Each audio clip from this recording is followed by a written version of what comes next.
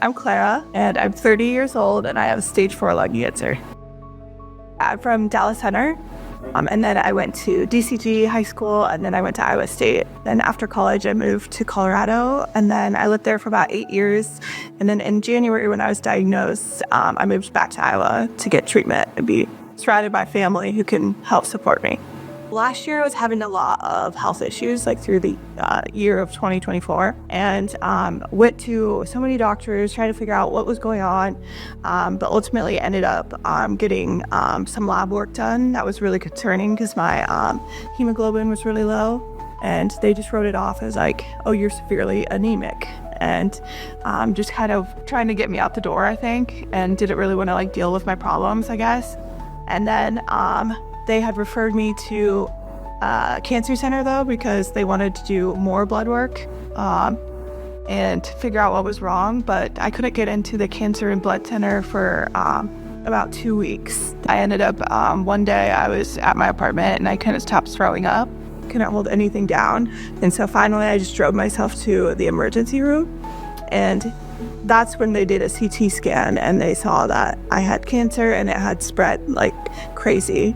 So my cancer has spread to it originated in my lungs, which they found out from doing some biopsies.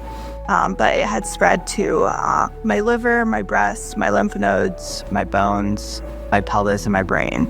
When we found that out, it was pretty devastating, especially learning it has spread to my brain, because I didn't learn about the brain part till about a week later from another scan. And that's when I was kind of like, oh, this is gonna kill me, like I'm gonna die.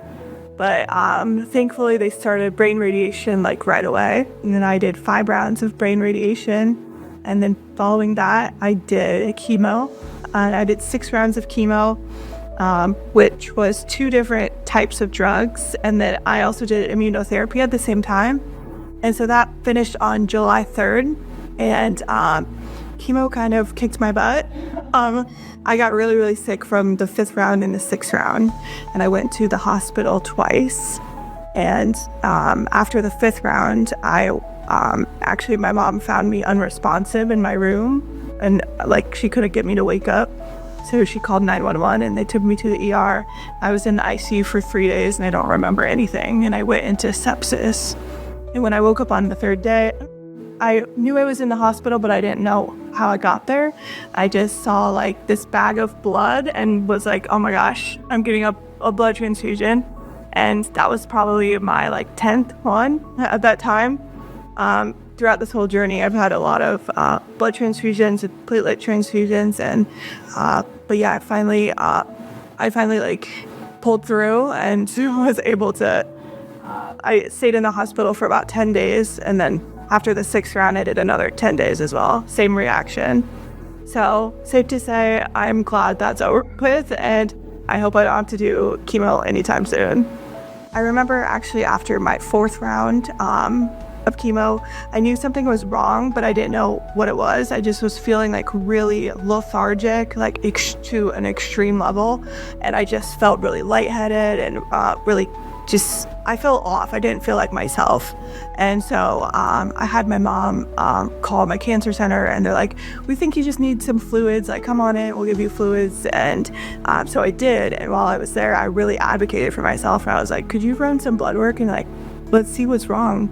And it came back that my hemoglobin was a 6.6, which is the lowest it's ever been. And so then they banded me to get blood products the next day at the hospital downtown.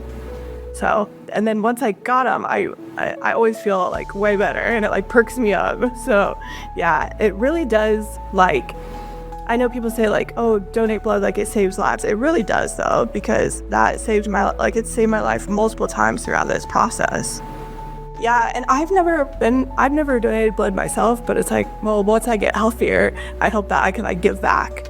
I think my fear of giving blood in the past was like, I don't like needles, but I'm kind of over that now with having cancer.